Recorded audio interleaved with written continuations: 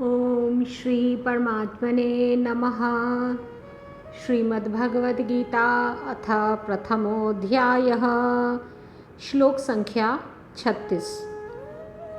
संबंध। पूर्व श्लोक में अर्जुन ने स्वजनों को न मारने के दो हेतु बताए हैं। अब परिणाम की दृष्टि से भी स्वजनों को न मारना सिद्ध करते हैं। निहत्य धार्तराष्ट्रान्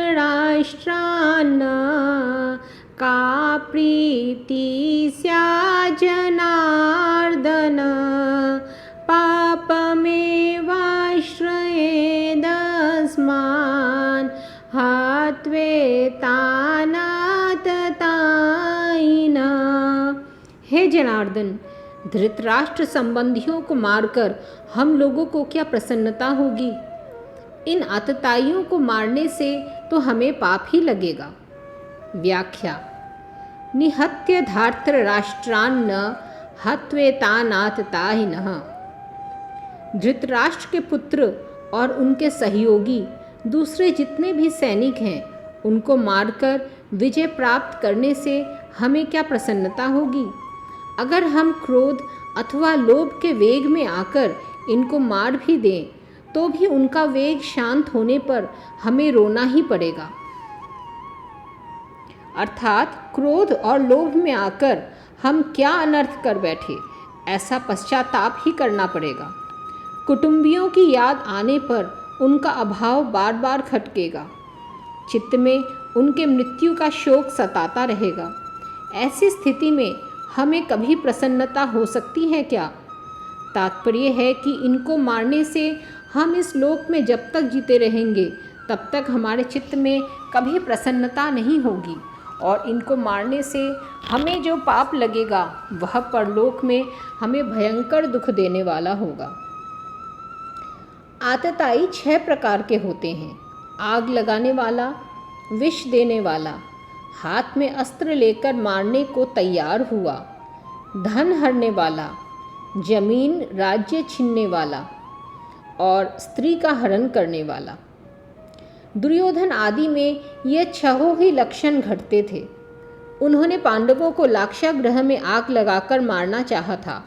भीमसेन को जहर खिलाकर जल में फेंक दिया था। हाथ में शस्त्र लेकर वे पांडवों को मारने के लिए तैयार थे ही। द्युत क्रीड़ा में छल कपट करके उन्होंने पांडवों का धन और राज्य हर लिया। द्रौपदी को भरी सभा में लाकर दुर्योधन ने मैंने तेरे को जीत दिया है, तू मेरी दासी हो गई है आदि शब्दों से बड़ा अपमान किया था, और दुर्योधन आदि की प्रेरणा से जयद्रथ द्रौपदी को हरकर ले गया था। शास्त्रों के वचनों के अनुसार आतताई को मारने से मारने वाले को कुछ भी दोष नहीं लगता। नातताई वधे दोषो हंतुर्भवति कश्चन। मनुस्मृति 8 का 351। परंतु आतताई को मारना उचित होते हुए भी मारने की क्रिया अच्छी नहीं है। शास्त्र भी कहता है कि मनुष्य को कभी किसी की हिंसा नहीं करनी चाहिए। न हिंस्यात् सर्वा भूतानि। हिंसा न करना परम धर्म है। अहिंसा परमो धर्मः। अतः क्रोध लोभ के वशीभूत होकर कुटुंबियों की हिंसा का कार्य हम क्यों करें?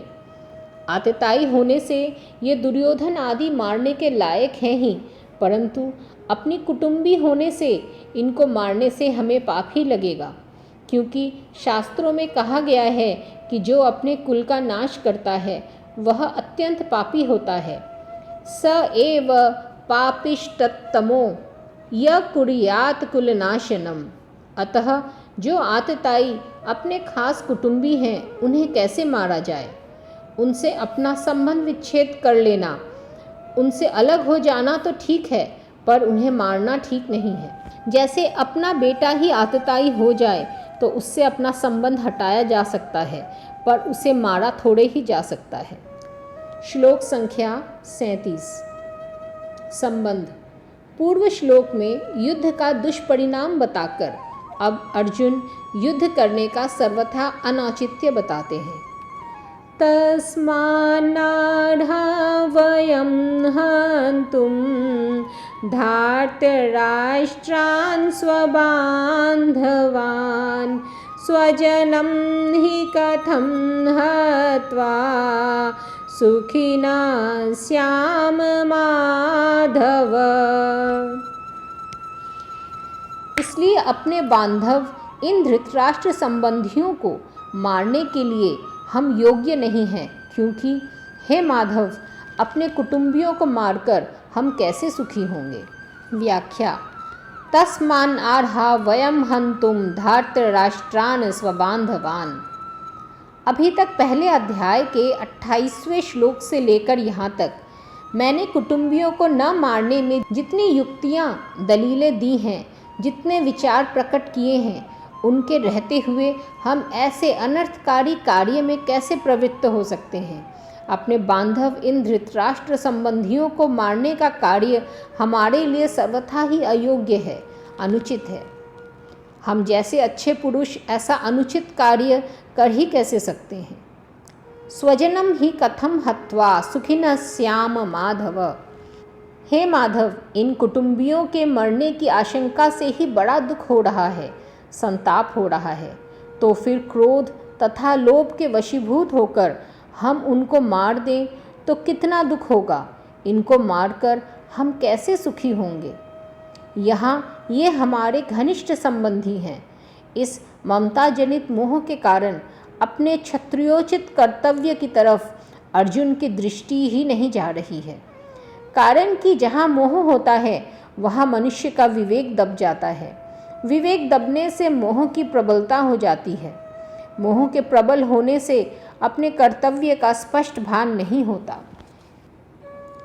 श्लोक संख्या 38 और 39। संबंध। अब यहाँ यह शंका होती है कि जैसे तुम्हारे लिए दुर्योधन आदि स्वजन हैं, ऐसे ही दुर्योधन आदि के लिए भी तुम स्वजन हो।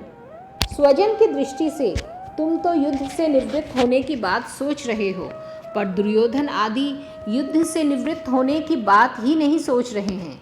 इसका क्या कारण है? इसका उत्तर अर्जुन आगे के 2 श्लोकों में देते हैं।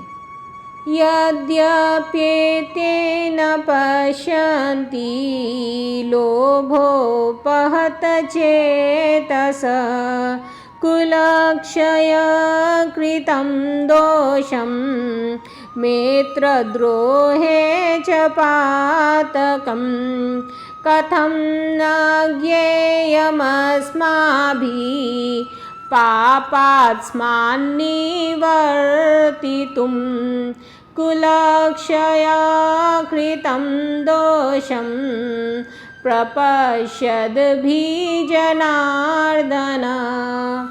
यद्यपि लोभ के कारण जिनका विवेक विचार लुप्त हो गया है, ऐसे ये दुर्योधन आदि कुल का नाश करने से होने वाले दोष को और मित्रों के साथ द्वेष करने से होने वाले पाप को नहीं देखते, तो भी हे जनार्दन, कुल का नाश करने से होने वाले दोष को ठीक ठीक जानने वाले हम लोग इस पाप से निवृत्त होने का विचार क्यों न करें। व्याख्या। यद्यप्येते न पश्यन्ति मित्रद्रोहे च पातकम। इतना मिल गया, इतना और मिल जाए, फिर ऐसे ही मिलता रहे। ऐसे धन, जमीन, मकान, आदर, प्रशंसा, पद, अधिकार आदि की तरफ बढ़ती हुई वृत्ति का नाम लोभ है। इस लोभ वृत्ति के कारण इन दुर्योधन आदि की विवेक शक्ति लुप्त हो गई है, जिससे वे यह विचार नहीं कर पा रहे हैं कि जिस राज्य के लिए हम इतना बड़ा पाप करने जा रहे हैं, कुटुंबियों का नाश करने जा रहे हैं, वह राज्य हमारे साथ कितने दिन रहेगा और हम उसके साथ कितने दिन रहेंगे। हमारे रहते हुए यह राज्य चला जाएगा तो हमारी क्या दशा होगी, और राज्य के रहते हुए हमारे शरीर चले जाएंगे तो क्या दशा होगी। क्योंकि मनुष्य संयोग का जितना सुख लेता है, उसके वियोग का उतना दुख उसे भोगना ही पड़ता है। संयोग में इतना सुख नहीं होता जितना वियोग में दुख होता है। तात्पर्य है कि अंतःकरण में लोभ छा जाने के कारण इनको राज्य ही राज्य दिख रहा है। कुल का नाश करने से जितना भयंकर पाप होगा वह इनको दिख नहीं रहा है। जहाँ लड़ाई होती है वहाँ समय, संपत्ति, शक्ति का नाश हो जाता है। तरह तरह की चिंताएं और आपत्तियां आ जाती है। दो मित्रों में भी आपस में खटपट मच जाती है, मनोमालिन्य हो जाता है, कई तरह का मतभेद हो जाता है। मतभेद होने से वैर भाव हो जाता है। जैसे द्रुपद और द्रोण दोनों बचपन के मित्र थे, परंतु राज्य मिलने से द्रुपद ने एक दिन द्रोण का अपमान करके उस मित्रता को ठुकरा दिया। इससे राजा द्रुपद और द्रोणाचार्य के बीच वैर भाव हो गया। अपने अपमान का बदला लेने के लिए द्रोणाचार्य ने मेरे द्वारा राजा द्रुपद को परास्त कराकर उसका आधा राज्य ले लिया। इस पर द्रुपद ने द्रोणाचार्य का नाश करने के लिए एक यज्ञ कराया, जिससे धृष्टद्युम्न और द्रौपदी दोनों पैदा हुए। इस तरह मित्रों के साथ वैर भाव होने से कितना भयंकर पाप होगा, इस तरफ ये देख ही नहीं रहे हैं। विशेष बात, अभी हमारे पास जिन वस्तुओं का अभाव है उन वस्तुओं के बिना भी हमारा काम चल रहा है। हम अच्छी तरह से जी रहे हैं, परंतु जब वे वस्तुएं हमें मिलने के बाद फिर बिछुड़ जाती हैं तब उनके अभाव का बड़ा दुख होता है। तात्पर्य है कि पहले वस्तुओं का जो निरंतर अभाव था वह इतना दुखदायी नहीं था जितना वस्तुओं का संयोग होकर फिर उनसे वियोग होना दुखदायी है।